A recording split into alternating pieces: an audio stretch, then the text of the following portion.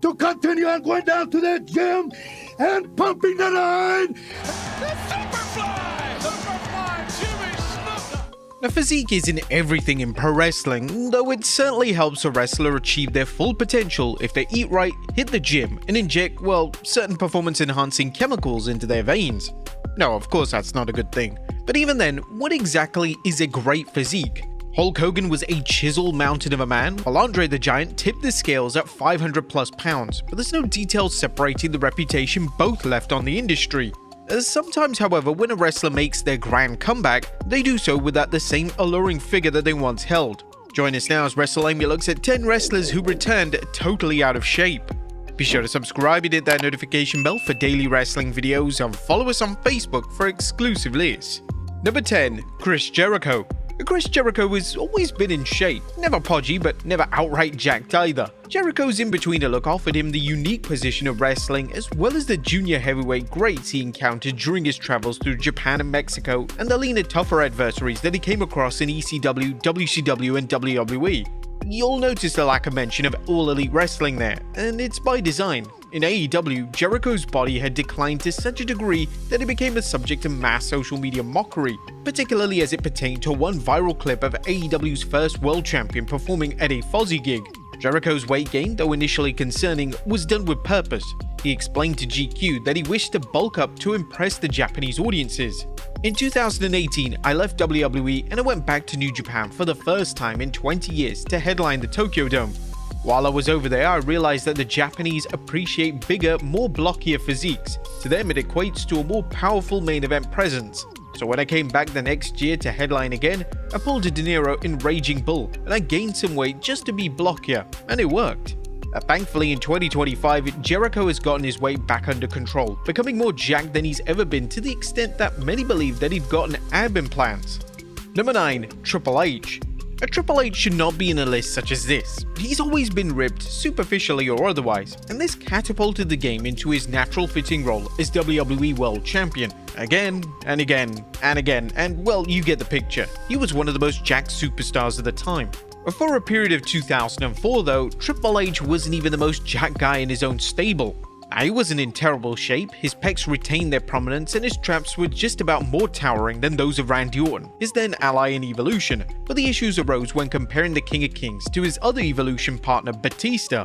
At the time, the animal was being groomed as WWE's next big thing, the next Royal Rumble winner, the next WrestleMania headliner, the next World Heavyweight Champion, the next Triple H. He was jacked too, possibly more than Triple H had ever been, but he wrestled an atypical style for a man of his size, matching the usual power offense with the speed and agility he packed into his spears, resulting in Triple H looking almost disheveled next to him. Between 2002 and 2004, Triple H experienced a dramatic drop in muscle mass. At his 2002 peak, he had a notably bulky, chiseled physique, but by 2004, that all changed. And this was due to various factors such as a groin injury he suffered in 2003, which made it almost impossible to work out on a regular basis. Despite still being physically capable in the ring, the visual contrast between those 2 years is often cited as evidence of how quickly a star can lose their muscle. Number 8. Dustin Rhodes.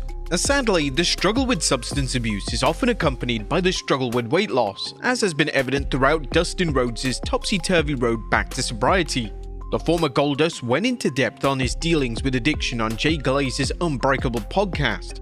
I had him on the other side with 16 years clean and sober, and that's amazing to me to say that. Pretty soon, my world is a mess. I've gained weight. I don't think I have any problems, and I'm 60 pills in a day, half a gallon of vodka a day, an 8-ball every 3 days of cocaine, and it was just a mess, and I didn't give a shit about anything, anybody, nothing. I didn't give a shit about life. I tried to kill myself twice. Although Dustin's weight struggles have been rampant throughout his first stint as Goldust in the WWF, it was at its most prominent when he portrayed Black Rain in TNA.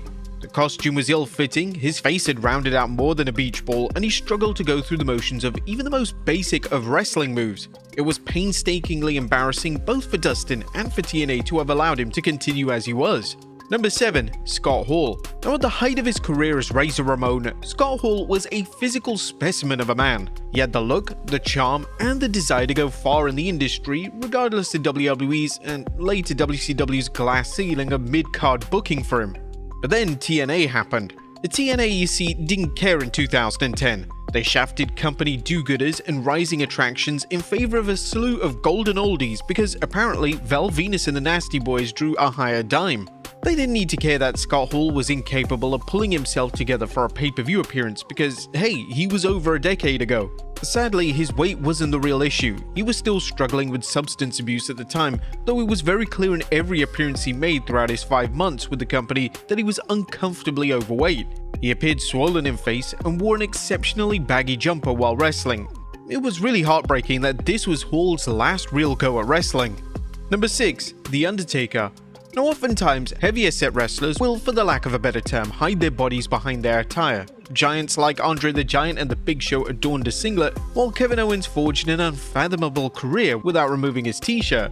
The Undertaker sits at the head of the table, a man renowned for his indelible taste in wrestling attire, Survivor Series 2000 notwithstanding. The Taker's regularly constrained his torso, but there was a noticeable shift in his clothing strategy when he returned from his pectoral injury in 2000. Emerging at Judgment Day, the dead man famously transformed into the American Badass, moving away from a singlet to a more loose-fitting clothing to accommodate his weight gain. Depressingly, while The Undertaker's body mass went up, his match quality went down.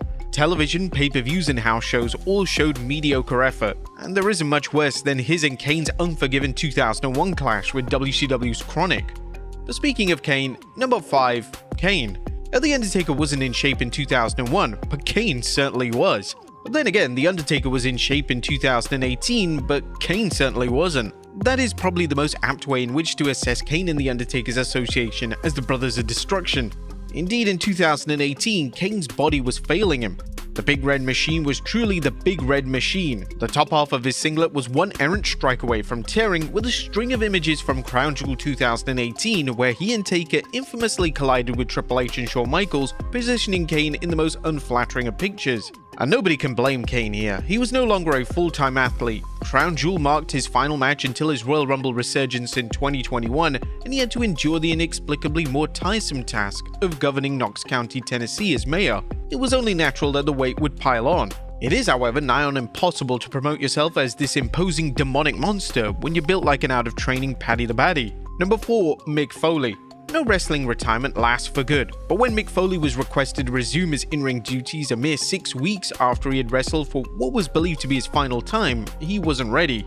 Foley, who shared the spotlight with Triple H, The Rock, and The Big Show for the WrestleMania 2000 headliner, had indulged during his very brief hiatus from the World Wrestling Federation. Sadly, he couldn't move. He stumbled his way through the match, perhaps in pain, and was mercifully put out of his misery by the game after a grueling 19 minutes for both him and the viewing public. For contrast, The Big Show, who could go, was ousted just 5 minutes into the match. Mick had always been huskier than the average wrestler, but his performance here was god-awful, and definitely weren't at the level of a WrestleMania main eventer. Number 3, Jake Roberts. Jake Roberts' slender build lent itself well to his portrayal of the Snake because he was as slick and as slimy as a reptile he carried down to the ring. He refused to work out in an attempt to maintain this build, thereby also separating him from the muscular, steroid-driven titans of the 80s. When he returned to WWF in 1996, though the Snake had now been cast as a stereotypical Bible preacher, was 40 to 50 pounds overweight, struggling to navigate his way through matches because of it, he continued to be booked favorably, most notably sharing the finals at the 1996 King of the Ring vs. a pre-Stone Cold Steve Austin. However, he was ultimately fired by Vince McMahon, with his weight being the main cause for his dismissal. Though he never confirmed it, it's been widely believed that Roberts was hooked on drugs and alcohol during this stint, which is believed to have led to his sudden weight gain. Jake, though, has remained firm that he was sober during that time. Number 3, Sheamus. In 2025, and for much of his professional career, Sheamus' body has been abnormal for the WWE system. He is as barrel-chested as he is nimble on his feet, and he managed to maintain a physique that complements every opponent he came across.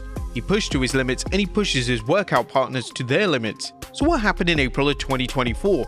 Well, Sheamus returned from a 7-month sabbatical looking more rounded than fans were used to seeing. He wrestled with the same grip, but the definition in his body was truly lacking. Sheamus would mention that he was asked back sooner than he had expected, as he detailed in a Twitter post in a response to a wave of body shaming. Furthermore, the Irishman attributed his significant weight gain to a lack of motivation after missing out on challenging the then IC champion Gunther at WrestleMania 40. In an interview with Chris Van Vliet, he mentioned, "Obviously, I put a lot of weight on the burger after burger thing when it came back because I was hoping to make the Mania. When that didn't happen, I kind of lost a little bit of discipline in my diet, and I just took the foot off the gas too much. That's on me, mate. I was pushing that match for Gunter at Mania, and it just didn't happen. So I was really hoping to end the trilogy on that note, and then that didn't happen. So I just kind of like, I lost a bit of motivation. It was like full on speed towards that. And then once that was kiboshed, I was like, whatever. So then I just kind of like took the foot off the gas, probably drank too many Guinness, enjoyed myself too much. And number 1, Matt Hardy. Now, akin to his previous colleague Chris Jericho, Matt Hardy's always been in good shape. Well, apart from 2011. Hardy, who debuted for TNA in January of that year following his WWE release, carried what can only be described as a Homer Simpson-esque beer belly and rounded out face, with his stomach unceremoniously dangling over his wrestling attire in a most unflattering image. Now, this wasn't the case of Matt being lazy and indulging during his time off, though he had undergone surgery for a burst appendix a few years earlier, which had contributed to his weight gain in the latter years of his WWE tenure. He described his appendix issues in a post made to his WWE Universe blog in 2009, detailing them as a reoccurring problem.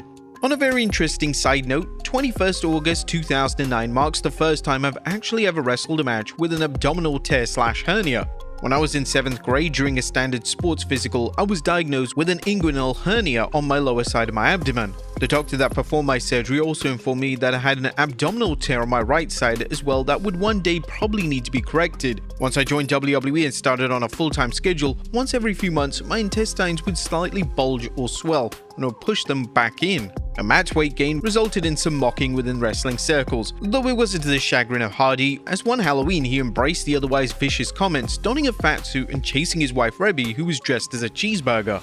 But there you have it, folks, 10 wrestlers who returned totally out of shape. Be sure to leave your comments down below, and I'll see you next time with some more wrestling content.